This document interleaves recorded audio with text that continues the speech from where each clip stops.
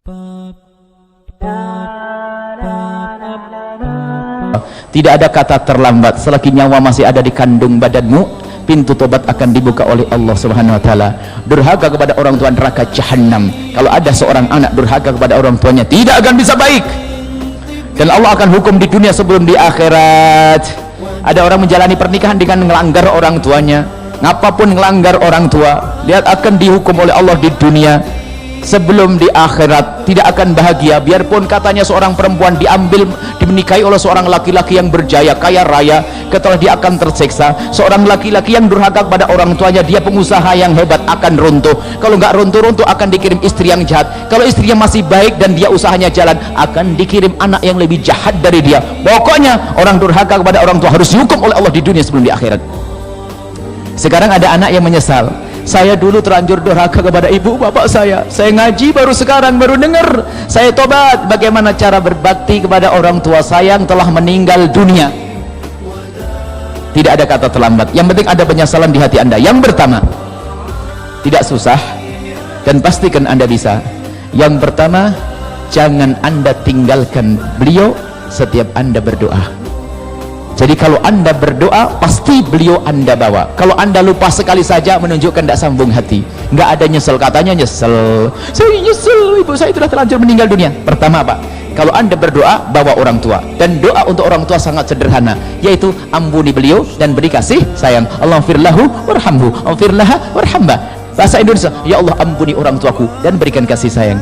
Kalau Anda lupa sekali saja, Anda harus banyak istighfar. Kadang ada orang doanya Masya Allah, semoga rezekinya banyak, perusahaannya lancar, karyawannya baik-baik, anaknya soleh-soleh, ibunya ditinggal. Innalillah. Awas, hati-hati, hati-hati semuanya.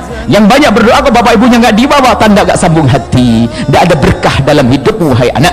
Tidak akan berkah dalam hidupmu wahai anak, baik ibumu yang masih hidup atau yang sudah meninggal. Baik, bawa dalam doamu khusus meninggal. Yang kedua, ini orang yang tobat bener ya. Kalau orang nggak tobat bohongan, tobatnya tobat palsu. Orang tobat bener nyesel, baik nyesel. Seandainya ibumu bapakmu hidup lagi gimana? Kalau kamu punya gaji 1 juta, kamu tobat nyesel, dulu pernah mukul ibu, pernah kasar sama ibu, kemudian bapak ibu hidup lagi, kamu kasih berapa dari gaji 1 juta? 100.000 boleh? Boleh? Bener tobat lo ya? Boleh? 200? Baik, anggap, tapi bapakmu nggak hidup lagi, bapakmu tidak hidup lagi, ibu hidup. Tapi maka dari itu potong dari gajimu karena Allah untuk orang tuamu, berikan ke pesantren, madrasah, pondok, masjid. Pastikan, motong aja ragu-ragu, nggak nyambung, katanya tobat, bohong. Kalau tobat akan nyesal bener. Potong rizkimu. Pastikan, setiap saya punya proyek, ini saya punya proyek 1 miliar. Ibuku, aduh, tidak pernah merasakan nikmat. Yang nyolahkan aku adalah ibu. Saya tidak sempat bakti pada ibu. Separuh dari 1 miliar buat ibuku sama abahku, buat pesantren, buat masjid. Katanya membangun masjid. Mana? Betul, membangun masjid. Lumayan. Membangun masjid. Kita juga ada program pondok pesantren Al-Bahjah. Banyak, kalau banyakkan duit, ada program nanti untuk orang tua deh. Niati, ya saya punya penghasilan 1 tahun ini 4 miliar, 2 miliar untuk bangun masjid, 1 miliar untuk Al-Bahjah, 1 miliar untuk orang tua. Masih mau pelit dengan orang tua? Pelit? Ragu, pelit enggak? Yakin? Enggak pelit sama orang tua? Orang tuamu enggak bangun lagi. Tapi ketahuilah bahwa apa yang Anda dapat, potong, jangan ragu-ragu. Kalau Anda punya bakti pada orang tua, ya, tapi yang dipikirkan adalah biasanya lain, anaknya, istrinya, suaminya, tokonya mau digedein lagi, belum sempat berbuat baik, mati. Mau apa? Ayo.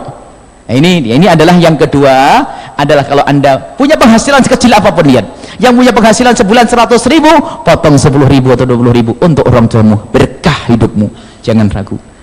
Kalau 100.000 potong 10.000 enteng. Yang punya 10 miliar ngasih 1 miliar itu keder, minta melarat masih. Itu aneh, orang kaya minta melarat. Ayo coba, padahal 10 miliar itu mengeluarkan 1 miliar dengan yang gaji 1 juta mengeluarkan 100.000 sama, cuman setannya gede, yang duitnya banyak.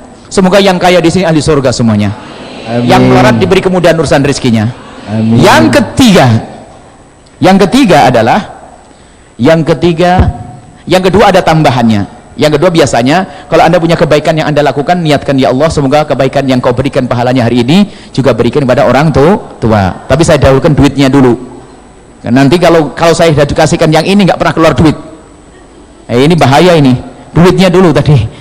Kemudian yang ketiga adalah baikilah orang yang dibaiki oleh orang tuamu.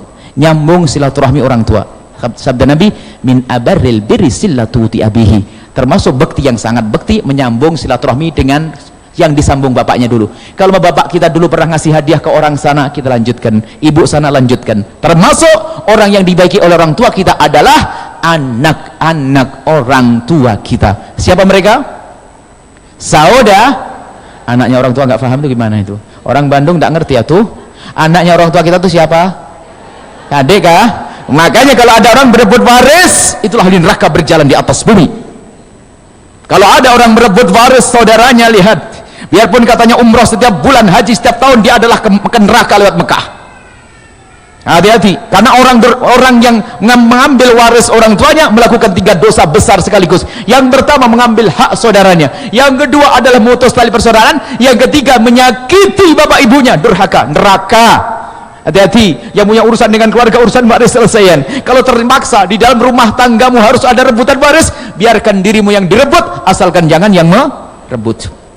Naudzubillah, ini neraka gede. Cuman hati-hati, setan gede. Biasanya yang paling jahat berebut waris ada yang paling soleh katanya, yang paling alim, yang paling ngaji, yang paling setannya gede. Jadi yang gede urusan waris bukan hartanya, tapi yang gede adalah setannya. Bukan saja orang kaya yang berebut waris, orang melarat rebutan tikar sama jam mati, sama meja sudah kakinya patah. Rebutan itu, karena yang gede adalah setannya. Bahkan yang rebutan waris bukan saja orang bodoh, seorang kiai punya anak ustadz muda rebutan kantin pondok, karena yang gede adalah setannya. Hati-hati.